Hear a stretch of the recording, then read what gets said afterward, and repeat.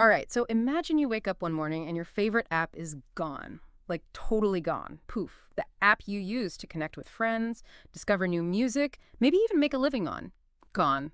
That's the reality facing millions of TikTok users right now because the Supreme Court, the highest court in the land, is deciding whether to uphold a law. That could basically make TikTok disappear here in the US.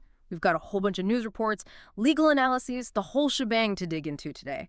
And our goal, our mission, is to help you understand what's going on with this potential TikTok ban, what's at stake, and maybe even help you form your own opinion on it. And get this, the Supreme Court is making their decision just 9 days before the ban is set to go into effect. 9 days. Talk about pressure. What's really interesting here is that this isn't just some boring tech debate happening in a vacuum. This case touches on so many hot-button issues. We're talking free speech, national security, the power of social media, even the role of a former president trying to influence the Supreme Court. It's wild. Okay, so let's break this down. First things first. What is this law that has everyone so riled up? The law is called PAFACA, which stands for the Protecting Americans from Foreign Adversary-Controlled Applications Act. Bit of a mouthful, right? It was passed last year with bipartisan support. So both Democrats and Republicans were on board, and President Biden signed it into law. Basically, it demands that ByteDance, the Chinese company that owns TikTok, sell off its U.S. operations. Okay, so the Biden administration is playing the national security card here, but isn't that kind of extreme? I mean, are there less drastic ways to address these concerns? That's the million-dollar question, right? The Biden administration's argument is basically this. Because ByteDance is a Chinese company, they believe the Chinese government could force them to hand over user data or even manipulate what Americans see on TikTok. They're calling it a grave threat to national security. But I've been reading these news reports, and TikTok and ByteDance are pushing back hard, right? They're saying this law is a straight-up attack on free speech. Oh, absolutely. And they've got some heavy hitters backing them up. It's not just TikTok crying foul here. We're seeing content creators, users, even legal experts raising concerns about this law. They're saying it's way too broad, that it steps all over the First Amendment, the one that guarantees free speech. And they're saying it basically opens the door for the government to censor anything they don't like on the internet. It's a slippery slope, they argue. And one of the articles I read even quotes TikTok arguing that, and I'm quoting here, limits on speech should not be sustained when they stem from fears that are predicated on future risks. So are they saying the government is just speculating here, that there's no actual proof that China has ever misused user data? That's exactly the heart of their argument. They're saying, show me the evidence, which raises a really critical question for the Supreme Court. How do you balance free speech with national security, especially when we're dealing with a foreign-owned company operating in the U.S.? That reminds me of the Pentagon Papers case back in 1971. The government tried to stop newspapers from publishing classified information about the Vietnam War, saying it was a threat to national security. But the Supreme Court ruled in favor of the press, saying the government hadn't met the burden of proof to justify blocking publication. Oh, that's a fantastic example. The Pentagon Papers case really set a high bar for the government to clear when they try to restrict free speech, even in cases involving national security. So how do you think the historical context might influence the Supreme Court's decision in this TikTok case? That's tough to say for sure. Every case is different, of course, and the whole digital landscape adds a whole new layer of complexity.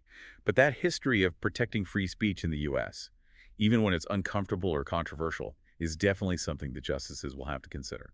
And what about the whole slippery slope argument that keeps coming up? If the government can ban TikTok based on what they think might happen, what's to stop them from banning other apps or services they don't like? Yeah, that's another key point raised by TikTok's supporters. They're worried that this case could set a dangerous precedent, allowing the government to essentially pick and choose which online platforms Americans are allowed to use. They're saying it could create a kind of digital iron curtain, with the U.S. internet becoming increasingly isolated and censored. So let's imagine for a second that TikTok actually gets banned. What would that even look like for users? According to TikTok, they'd be forced to shut down in the U.S. by January 19th if the Supreme Court doesn't intervene. And a shutdown would be pretty dramatic. Imagine, over 170 million monthly users in the U.S. suddenly cut off. No more updates for current users, which could lead to security risks, bugs, and of course, no new downloads would be allowed. I bet people would be scrambling to find ways around the ban. Couldn't they just use a VPN to access TikTok from another country? I did that once when I was traveling and wanted to watch my favorite shows. Yeah, you're right. VPNs are a possibility. But think about it. You're essentially asking over 170 million people, many of whom aren't that tech savvy, to figure out how to use VPNs. Plus, even if they can get it to work, VPNs can slow down your internet speed, and some of them have their own privacy issues. So not a perfect solution by any means. It could create this fragmented internet experience, where some people can access certain apps while others are blocked. Exactly.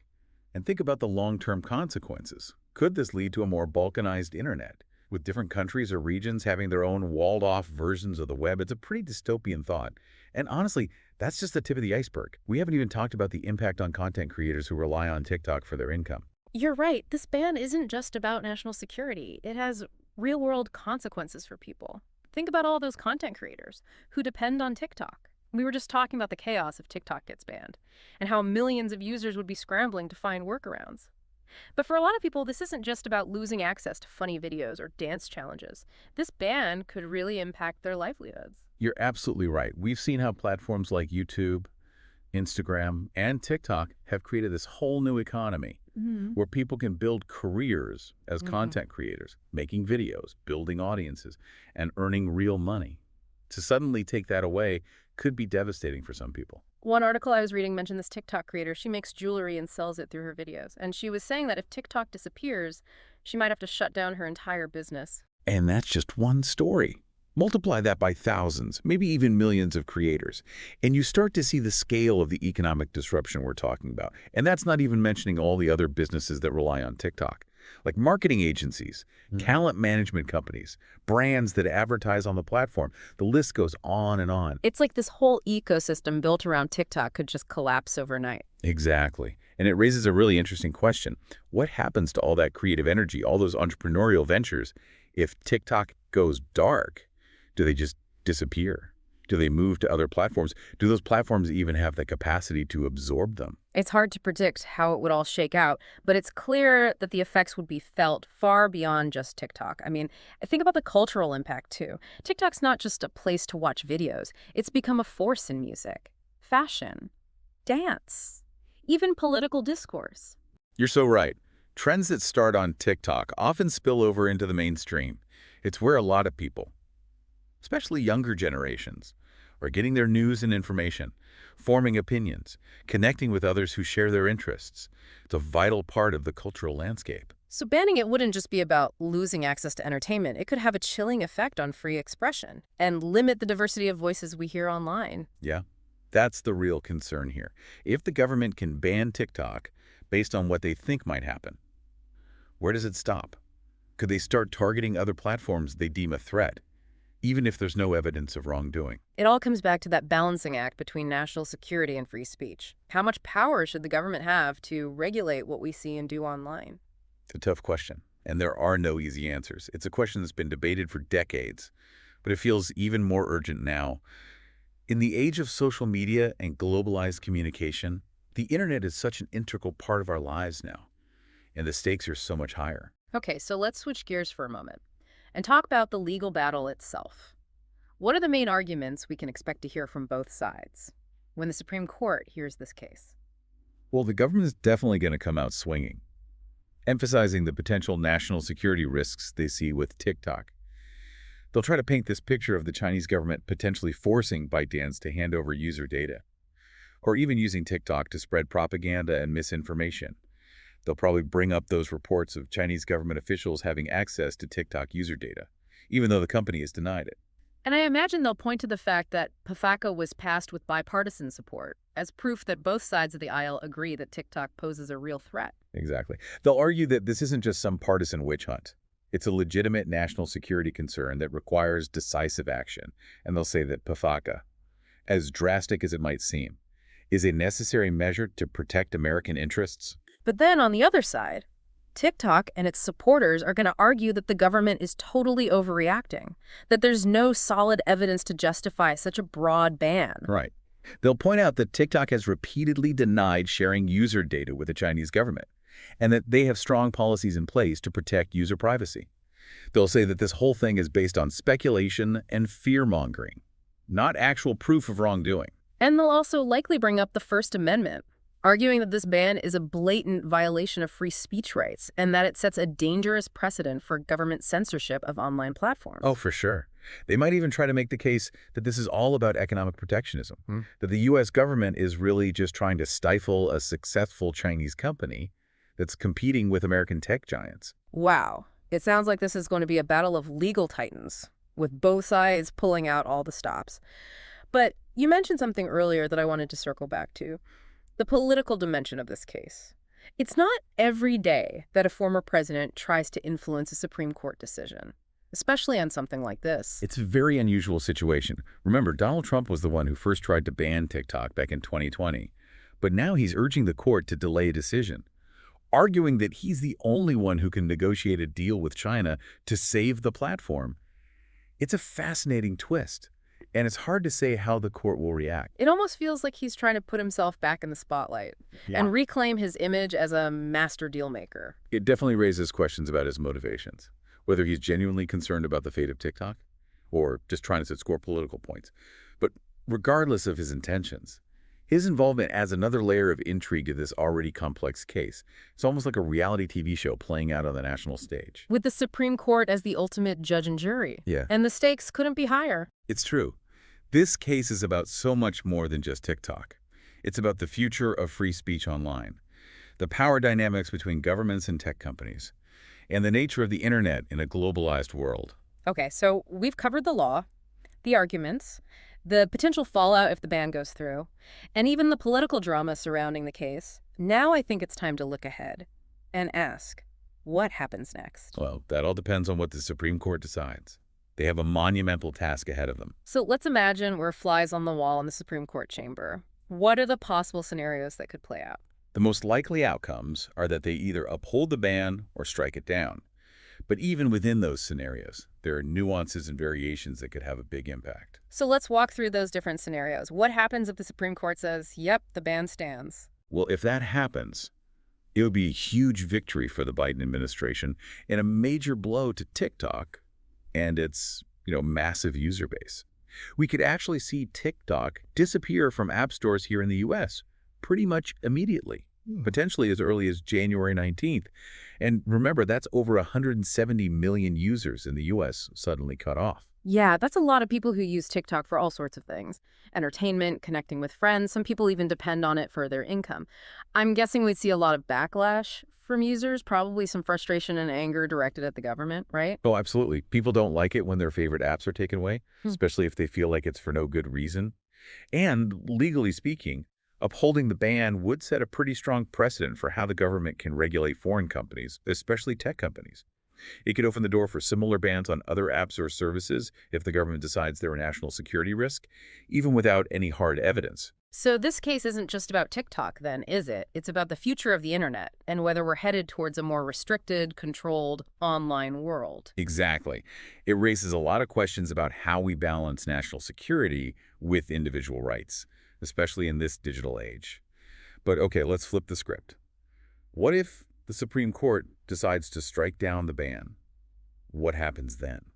Well, I imagine there would be a lot of celebrating going on over at TikTok headquarters. It would be a big win for free speech and a clear sign that the court isn't okay with the government overreaching when it comes to regulating online platforms. Right.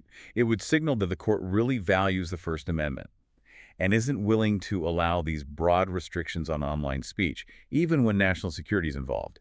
It would be a landmark decision for sure, and it would send shockwaves through the government and the tech industry. But even if the ban is struck down, this whole TikTok saga probably isn't over, right? Yeah, you're probably right. Even if they lose this battle, the government could still try to find other ways to regulate TikTok.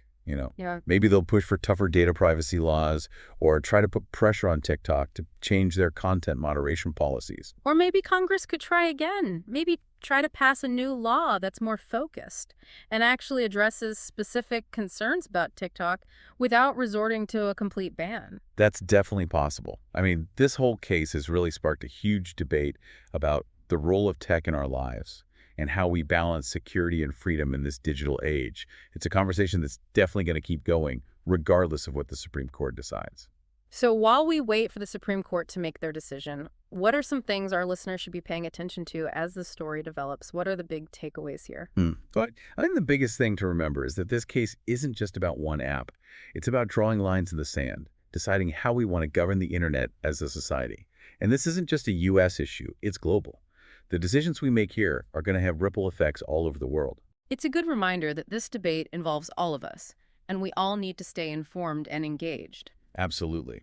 We need to think critically about the information we're getting, look at things from different perspectives, and ask some tough questions, like what are the trade-offs we're willing to make between security and freedom? How much power do we really want to give the government to regulate what we do online? Those are tough questions, but we need to face them head on. So where does that leave us? What's the one thing our listeners should be thinking about after listening to this episode? I think the biggest question we all need to ask ourselves is, how do I feel about the government regulating social media? Is this a necessary step to keep us safe, or is it a step too far that could threaten our freedom of speech online? It's a good point. This case isn't just about TikTok, it's about the future of the internet as a whole. It's about figuring out what kind of online world we want to live in and how we can balance important values like security, privacy, and freedom. And it's up to each of us to stay informed, stay involved in the conversation, and make sure our voices are heard as we navigate this new and constantly changing digital landscape. We've covered a lot in this deep dive, and it's definitely a lot to take in. But knowledge is power, right?